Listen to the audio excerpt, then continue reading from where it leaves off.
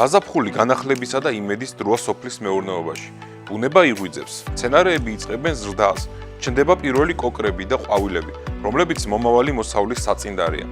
თუმცა სწორედ ამ პერიოდში ჩნდება ერთ-ერთი ყველაზე დიდი და მოულოდნელი საფრთხე – საგაზაფხულო ყინვები.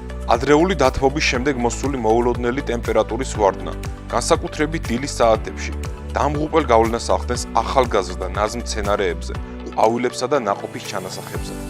ამ ფაზაში მცენარე განსაკუთრებით მოწყვლადია, რადგან მისი ქსოვილები ჯერ კიდევ რბილია და ვერ უძლებს დაბალ ტემპერატურას.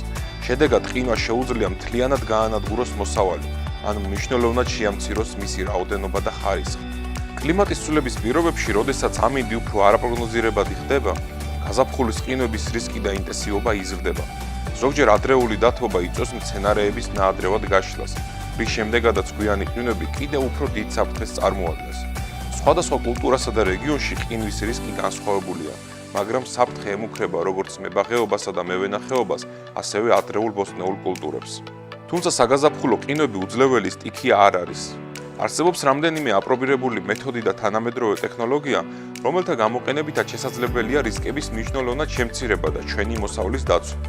პირველ რიგში გადამწყვეტი მნიშვნელობა აქვს დროულ ინფორმაციას. ამინდის ზუსტი პროგნოზის მუდმივი მონიტორინგი გვაძლევს საშუალებას წინასწარ მოვემზადოთ. ერთ-ერთი ყველაზე ეფექტური მეთოდია სპრინკლერული მორწყვა და მოყინვა. ყინვის მოსვლის წინა პერიოდში მცენარეების დანამოვა იწვევს წყლის გაყინვას მცენარის ზედაპირზე. ამ პროცესში გამოიყოფა სითბო, რომელიც იცავს მცენარის შიდა ქსოვილებს გაყინვისგან. ყინულის ფენა კი ერთგვარ იზოლატორად მოქმედებს. მნიშვნელოვანია ნაკვეთის სწორი შერჩევა. ცივი ჰაერი დაბლობებში გროვდება, ამიტომ მთის ფერდობები ან შემაღლებული ადგილები ნაკლები რისკის შემცველია. ასევე უნდა გავითვალისწინოთ ყინვაგამძლე ჯიშების შერჩევა კონკრეტული კულტურის ფარგლებში.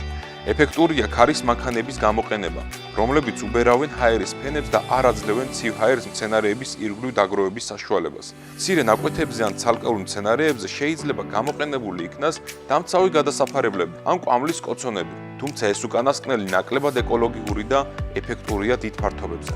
მზაობა და ცოდნა ჩვენი მთავარი იარაღია.